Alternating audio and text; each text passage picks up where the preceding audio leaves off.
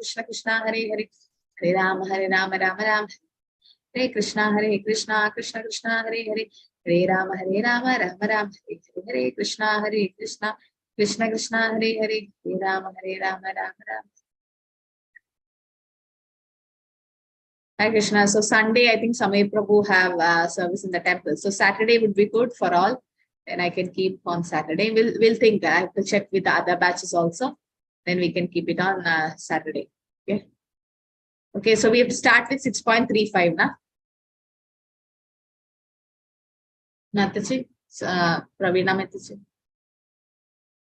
Yes, Mataji. 6.35. Okay.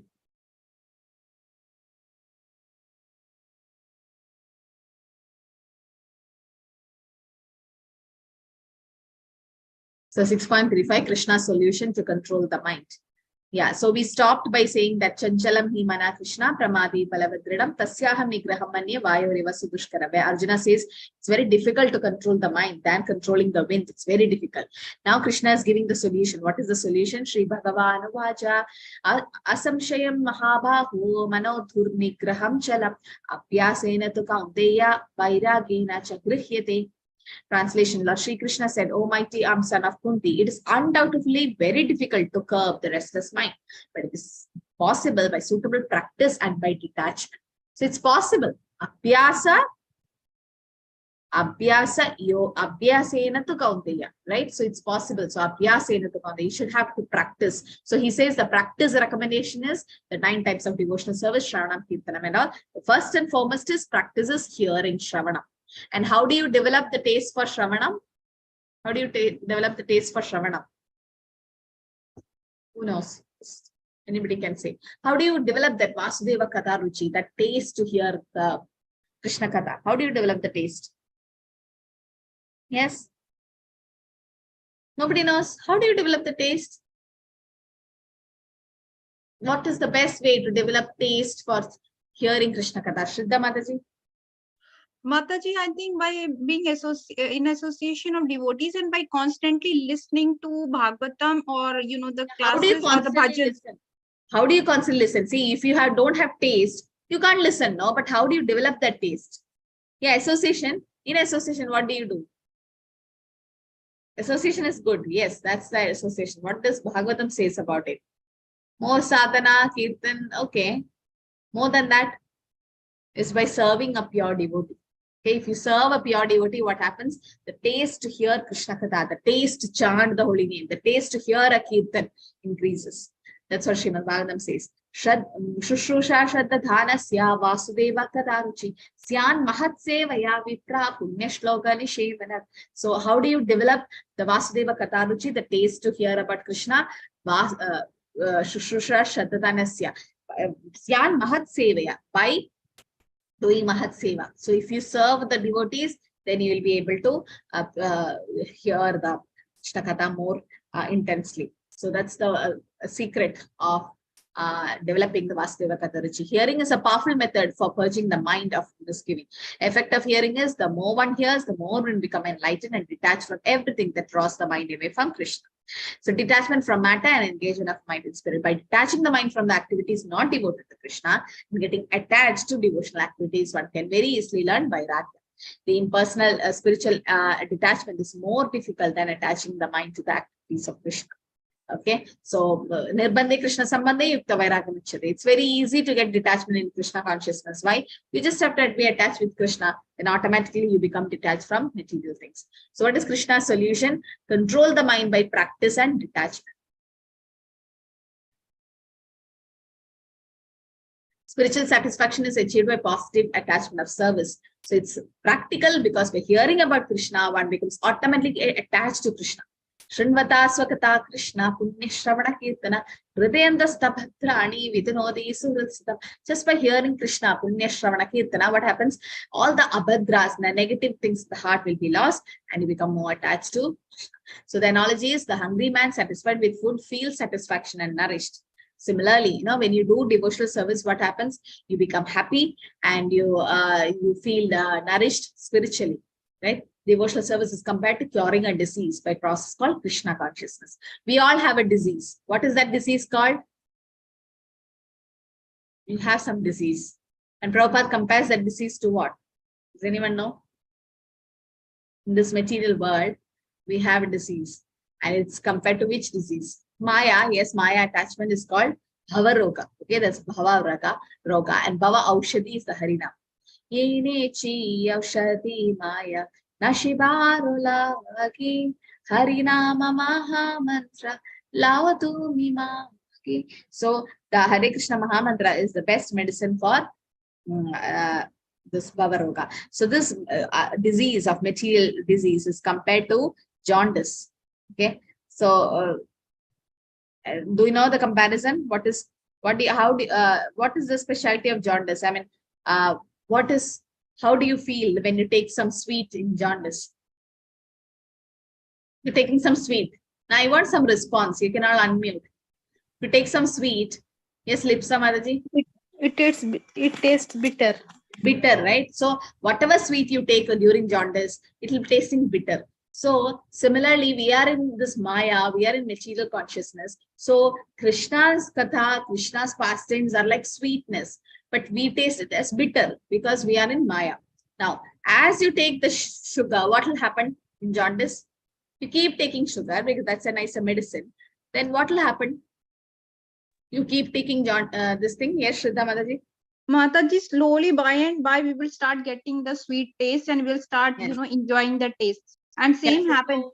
Yeah, so slowly, no? So that time when you start getting the sweet instead of bitter, the jaundice has gone. No? So similarly, as you keep hearing, or chanting and associating with devotees, you start getting the taste of Krishna Katha, right? And so that's why it is compared to a jaundice, the material disease. So expert treatment for the mad mind is hearing the transcendental activities of the Lord, taking Krishna Prasad diet, okay, eating Krishna foodstuff offered to Krishna. Okay, so we'll have a quick breakout room. We says, discuss the significance of Krishna's statement to Arjuna, Abhyasenut Kaunteya. That is 6.35. For your personal and preaching application, you have to give to reference to analogies mentioned in the purport. Like, Mataji, we already did this. That's what I asked. Did we finish 35? We finished 35, but breakout room, Mataji. We finished the breakout. So we should start with 36 then. 36. yes, 36. Mataji. Okay. 36 says, Asamshayatmana yoga dushprapa iti me matihi vashyatmana tu yadada sakyo avaptum ubapyata.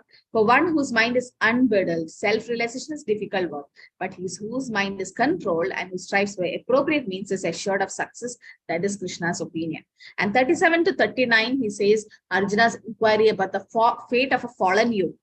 Now, what happens to a yogi who have fallen, who could not complete, not able to succeed? Then what will happen? Arjuna Uvaja, that's Arjuna's question. Atyadi Shraddhaya Yopeto Yogaschalita Manasaha Aprapya Yoga Samshiddhim Gatim Krishna Gacchati. He's asking, Arjuna said, oh Krishna, what is the destination of the unsuccessful yogi, a transcendentalist, who in the beginning takes to the process of self-realization with faith, but who later desists due to worldly mindedness and thus does not attain perfection in mysticism? So he's asking, what will happen to the fallen yogi, right? What will happen of an unsuccessful transcendentalist? That's what his question is. So Arjuna is inquisitive to know the result of deviation from the path of self-realization. One may begin the process with faith, but later desists due to worldly mindedness. So the analogy given is, does a man perish like a riven cloud with no position in any sphere? No, riven cloud is like, it will be just nowhere. Sometimes there is a cloud which separates from a big cloud. And then what happens to that cloud? Sometimes it's not to be seen at all. The wind just take it somewhere and it's not. So it's like no position. It cannot be in any position. So the yogis who are not successful, what happens? They will not reach Samadhi and they can't go back to Krishna. So what will happen to them? That is Arjuna's question. So Arjuna expresses that only Krishna can dispel this doubt completely. Okay, so that's why he calls him here. It's not this sloka. Okay, so here the basic principle is knowledge that the living entity is not this material body. That should be our real self-realization, and we're different from the body, and our happiness is eternal, blissful, and knowledge. This eternal life is transcendental beyond both body and mind. Okay, so then in 74 he says the three paths for self-realization. There is path of knowledge for Jnana Yoga, an eightfold yoga system, Ashtanga Yoga, and devotional service of Bhakti Yoga. In that, Bhakti Yoga is the highest. Okay. Similarity is that in each of these processes, one has to realize one's relationship with God, that is Sambandha, then our activity to re-establish the lost relationship, that is Avideya, and that is the process, and achievement of the highest gift, love of Godhead, Krishna consciousness, is Prayojana. So Krishna Sambandha, Bhakti Avideya, and Prema Prayojana. So following any of the above three paths, one is sure to reach the supreme goal sooner or later. How out of the three, Bhakti Yoga is the best. Why? Because it's the most direct method of God realization, and other parts ultimately culminates in Bhakti Yoga. And in Bhakti Yoga, in one lifetime you can go, but then Jnana Yoga and Ashtanga Yoga might take many lifetimes. So why Arjuna is asking this question? It's significant, right? Because about the deviation from the paths. So Krishna provides guarantee on the transcendental path. He says, Neha Vikramanaso Sri Pratyavayana Vidyate Salpam Apyasya Dharmasya Rayade Mahado Upaya. So Jnana Yoga and Ashtanga are very difficult for this age, and one may not be sufficiently serious about the following the process. So Prabhupada writes, to pursue the transcendental path is more or less to declare war on the illusionary energy. So consequently, whenever a person tries to escape the clutches of illusionary energy, Maya, she tries to defeat the practitioner by various elements. Okay, so deviation from that transcendental path happens. A conditioned soul is always allured by the modes of material nature, and there is every chance of being allured again while performing transcendental discipline. So what is the best way to overcome Maya? How do you cross Maya? The best way? Yes? Best way to cross Maya. This Niranjan Mataji, Lakshmi Mataji. Mataji, Bhakti Yoga is the way to cross Maya. Yeah, like in Bhakti Yoga, what should we do? Chanting. Chanting is the best way. So that means, yes, then? Doing all the devotional activities, Mataji. All those, this one, Archana, Seva, Archanam, Sakyam, everything. Okay, so yes. That means to do all the 9 devotional services. Yes, it's very important. Mataji, can I try? Yes, yes. Mataji, I think the example which is also explained is that we should follow the example of Ambrish Maharaj, because in Kali Yoga, the other yoga, like you told, Ashtanga Yoga and all are difficult. And the way Ambrish Maharaj used all his senses to serve Lord Krishna, like his eyes to see Lord, his hands to serve Lord, his nose to smell the flower and incense of the Lord, his mouth to taste Krishna Prasad and chant glory of Lord. I think that is the best way which we should try and follow the footstep of Ambrish Maharaj in this stage to cross over the Maya. Yes. So that's the right thing to do. Like we can engage all the senses in service of Krishna's. Yeah, Krishna senses. So Savaimana Krishna Padaravindeyo. So how okay, so we have a question here. Okay.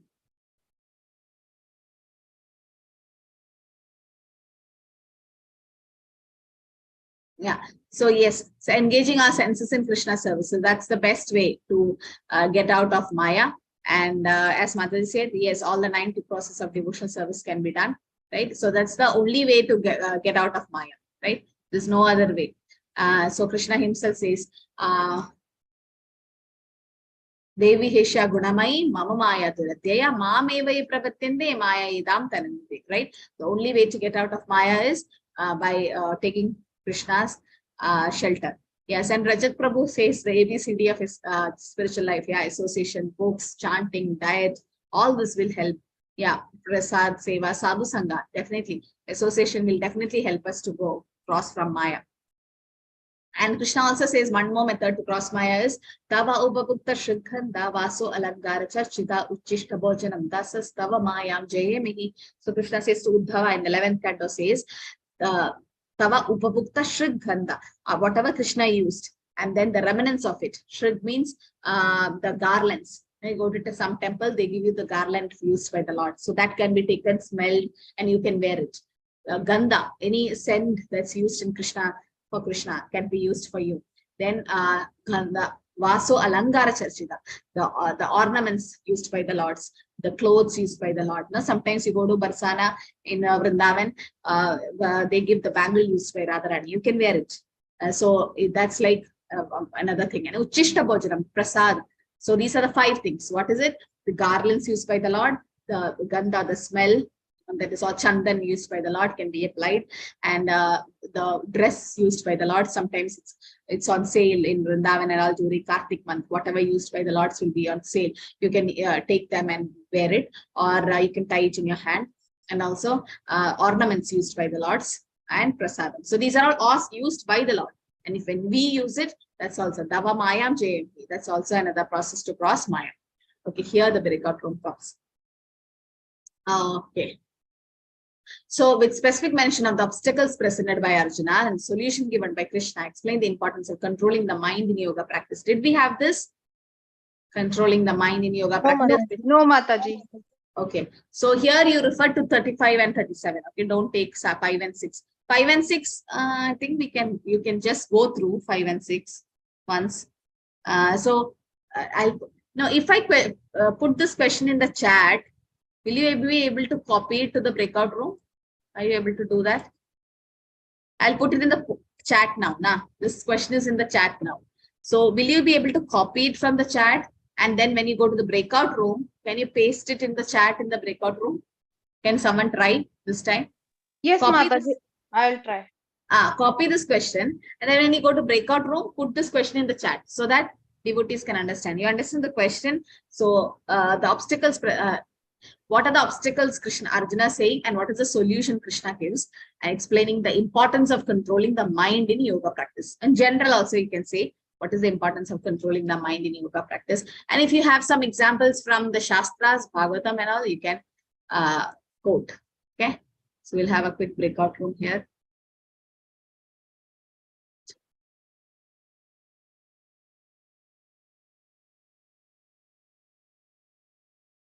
Now, 1 second. Just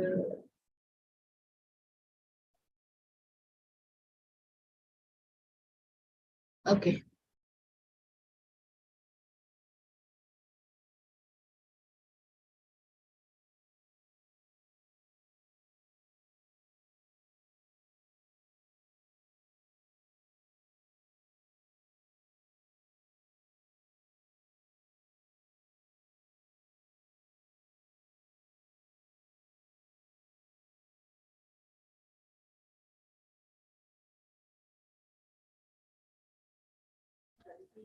Hare Krishna, Mataji. Yeah, you're not able to join? No, Prabhu? Mataji. Why? Okay, wait.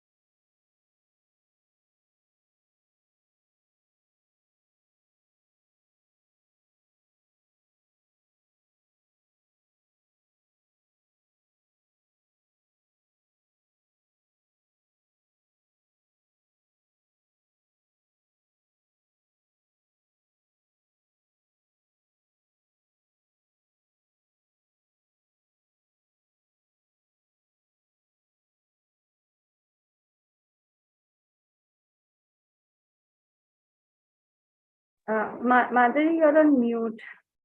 Hare Krishna, Madhuri. Hare Krishna, Hare Krishna. Okay, so room number 1, who's ready to speak? Lipsa Mataji, Minal Mataji, Rajat Prabhu, Vinnath Prabhu, Shraddha. Hare Krishna. Actually, we have divided ourselves into 5 individual topics. So we have selected. Okay, you can speak.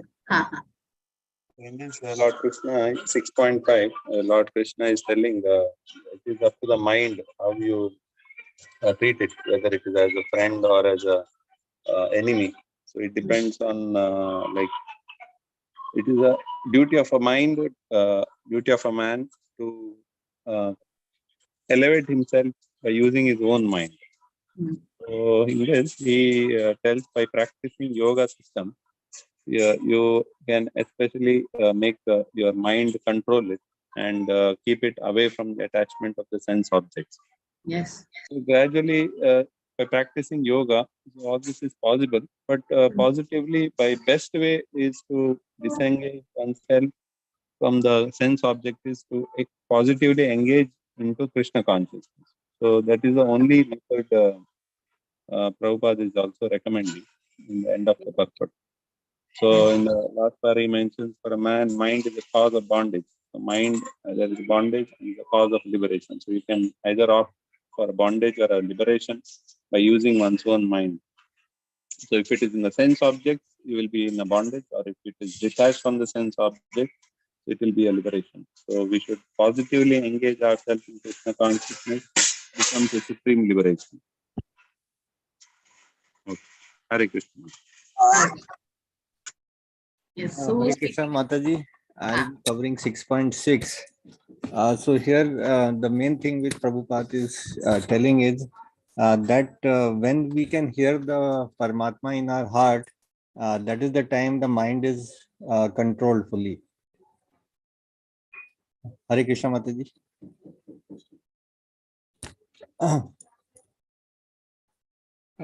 Mataji, can you hear me? Yes, Prabhu. Yes, continue. So Mataji, Prabhupada is telling when we can hear the inner Paramatma in our hearts, then the mind gets controlled, and till the time we do not hear the inner Paramatma, we are falling trap to the desires and sense gratifications. So the eightfold system is basically designed in a step manner that we can hear the voice of the Paramatma, and then he can guide us and the mind gets controlled. However, those who are in Krishna consciousness, the surrender to the Lord is automatic and the mind control happens automatically. So they don't have to make a special endeavor to follow this eightfold yoga path. Mataji, now Siddha Mataji will cover. Yes, okay. Hare Krishna Mataji, in the purport 6.35, the obstacle Arjun is talking about is like it is very difficult to control the obstinate mind, but it is easy to control the wind, but it is very difficult to control the mind. And the answer given by the Lord here is that we can follow it by doing the 9 devotional services. And the service which is focused in the 6.35 purport is by the treatment of Krishna consciousness is by eating the prasad, is to treat this mad mind and to hear Krishna, to hear about Krishna. By hearing about Krishna, we automatically becomes attached to Krishna. That is when we reach a state which is called as prasunna bhav. Prasunna bhav means a state of divine happiness when you are so happy being attached to the Lord that automatically we get detached from the matter. Here we are enlightened about our relationship with the Lord. Here we talk about the jnana and vijnana. Jnana means that I am not the body and I am the spirit soul. So we come to know about our constitutional position that we are the spirit soul. And we also learn here about the vijnana. Vijnana means our relationship with the Supreme Personality of Lord, which is the position of as an eternal servant, eternal serviator of the Lord. So we come to know about jnana and vijnana. And this enlightenment helps us to get detached from the matter automatically. And the example which I can think of is of the Shobri Muni, who was meditating under the Yamuna waters, and he was a very great sage, and for many years he had been meditating.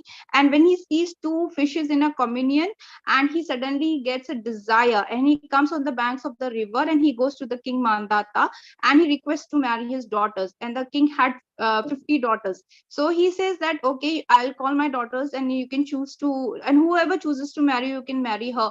So the Shabri Muni takes a leave for a day, and by his yogic power and mystic power, he transforms himself into a very young, handsome man. So when the 50 princes see him, they all want to marry him. Now the king had an apprehension that I have 50 daughters and he's just one Shabri Muni, and how is that possible? Where will he keep him? So again, by his mystic powers, he transforms himself into 50 young man, and he builds 50 palaces for each of the princes, and he continues living, having children, grandchildren, and grandchildren. Then suddenly one day he comes to his senses and he thinks, what is happening to me? That is only one desire, that is shackles of sex life, and I've fallen into it, and my desire is never ending. Ages has passed by. I have children and grandchildren and grandchildren, and still my desire is not ending. And then he comes to his senses. Then he goes back to the jungle with all his wife and performs austerity, and he's blessed by the Lord. So, Yes. Okay. thank you. That's a nice example. Hare Krishna Mataji, in purport 6.36, Krishna says that whose mind is controlled, he can attain success. So if the mind is absorbed in sense objects, then it is the cause of bondage. And if it is if the mind is detached from the sense objects, then it is the cause of liberation. So Yes. Krishna says that one should control his or her own mind by engaging himself or herself in the transcendental loving service of the Lord. Yes. Okay. Hare Krishna Mataji. Hi, Krishna. Yes, in sloka 6.37, Krishna says there are like Arjuna is asking, and obstacles I can see. First obstacle is like human being, they don't recognize themselves as a soul. That is a first obstacle. We can say we are not body, we are soul. That Yes. they are failed to understand real. They fail to understand real happiness is serving the Lord, not in Maya. What is we can say? What is Maya?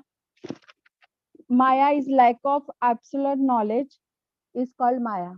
So to overcome the Maya, we have to detach, and with the sword of knowledge, we have to cut the wings of Maya. Then importance of mind controlling is as important, because mind is like our biggest enemy when it's not controlled. And if it is controlled, it can give us real happiness, real pleasure in serving the Lord. Solution is the Bhakti Yoga.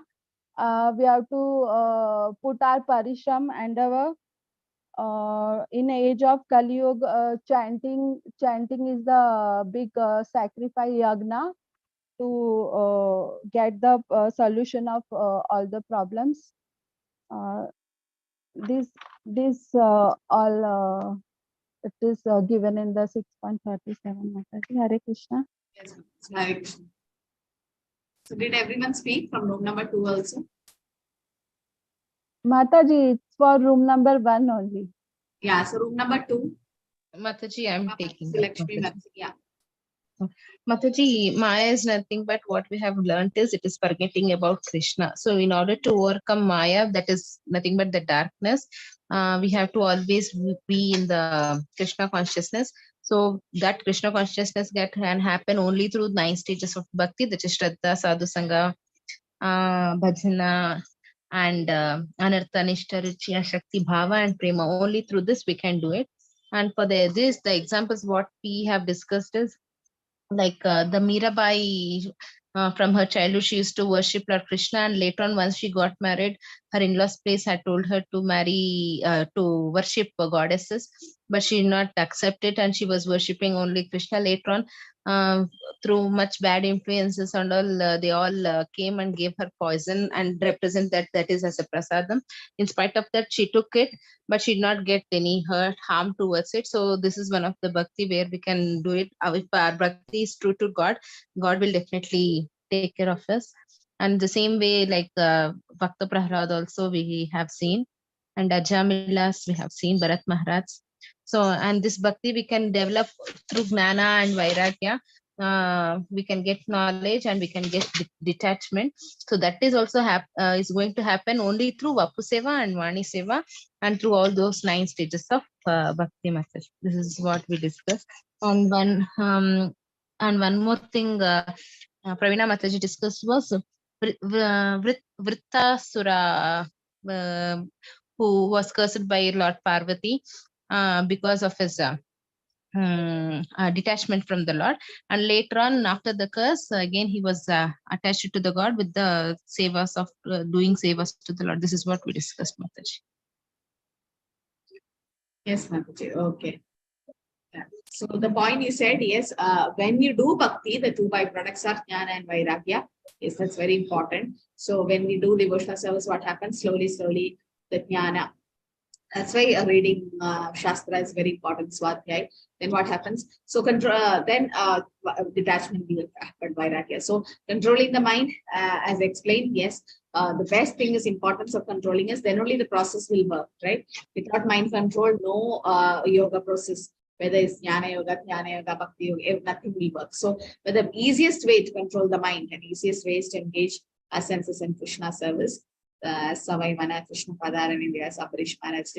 And so very important to control. Otherwise, as Mother said about Saubari Rishi, what happened? So much yogic practice and so many things, but the mind was not controlled.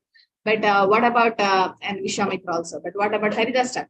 It's the opposite, because his mind was completely controlled and his senses were controlled, that he was able to succeed in his yoga practice, right? So it's very important to control the mind. So in text 38, 38, just do one more sloka. So Arjuna's doubt, what will happen if an aspiring transcendentalist fail? What happens to an unsuccessful yogi, right? So 2 ways of progress, it can be material and spiritual.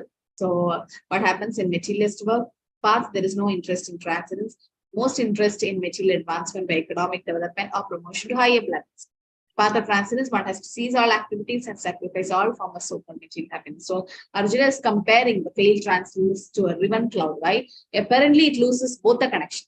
The ribbon cloud means it's just got separated, and it's like completely separated. So material happiness and spiritual success, both will be lost. But just like a cloud deviated from the small cloud, does not even join a big cloud and is blown away by the wind. So the small cloud got separated, but it can't join the big cloud. At the same time, it can't remain there. It just gets blown away. So unsuccessful yogi, he could not, he can't just remain like that. He has to take rebirth again. He can't either go to the spiritual world also, right? So what happens is they can be born in another family, like Shuchinam Srimadam Gehe. They'll be given a chance to be born in a devotee family so that they can continue from there where they stop. Path of transcendental realization, they have to understand oneself to be spiritual as part and parcel of the Lord, and who is manifested as Brahman, Paramatma, and Bhagavan. So the ultimate goal of the successful transcendentalist is surrender to the Supreme Personality of God. And here it is said that only Krishna can satisfy our Arjuna's doubt. Why only Krishna? Because Krishna knows the past, present, and future, and no one is equal or above Krishna. Matta Paradara Gnanya. Right? So the so-called great sages and philosophers who are all the mercy of the material nature and cannot be equal to Krishna. The conclusion is the verdict of Krishna is final and complete answer to all doubts, because he knows everything, but no one knows him. Right? So Arjuna is expecting Krishna to know everything. On what basis? Because Krishna says, explain the eternal individuality of the every living entity, and this shows that Krishna must be the knower of past, present, and future. He knows everything. Past, present, and future means not only in one life. He knows about 84 lakh species of life, about of every one of us, right? Thus, Arjuna expects him to reveal the future of unsuccessful transcendence. He's asking what will happen to if a yogi is not successful. Prabhupada concludes by saying Krishna and the Krishna conscious devotees alone can know what is what. So sometimes we see in some small family, Yeah, cause of all cause. Like some family that like small children know so much slokas, or they may not be trained in mridanga. They play beautiful mridanga or harmonium. It's like directly it's coming from previous life. So they are devotees from previous life. Prabhupada says they are Vaikuntha children.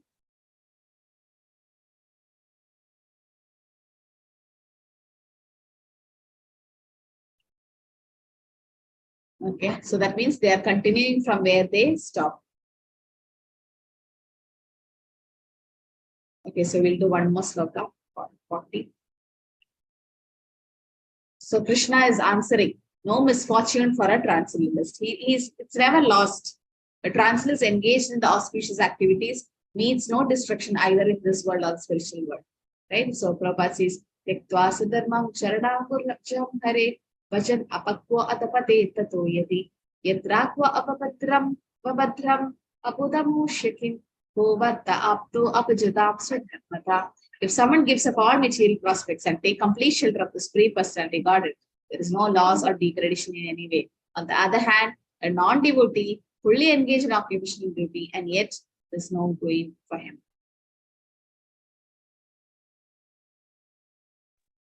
Okay, so if we are devotee and not materially prosper, there is no loss. But a materialistic person with no devotion, there is no gain.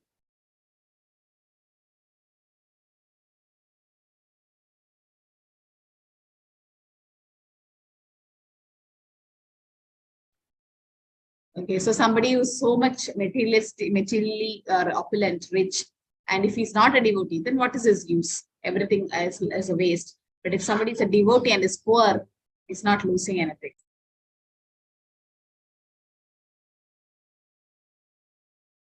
The result of failure in discharging the transcendental activities is one has to suffer the reaction for not executing the prescribed duty. And however, according to Srimad Bhagavatam, there is no loss, because even though one may be subject to the reaction for not perfectly executing prescribed duty, he is still not a loser.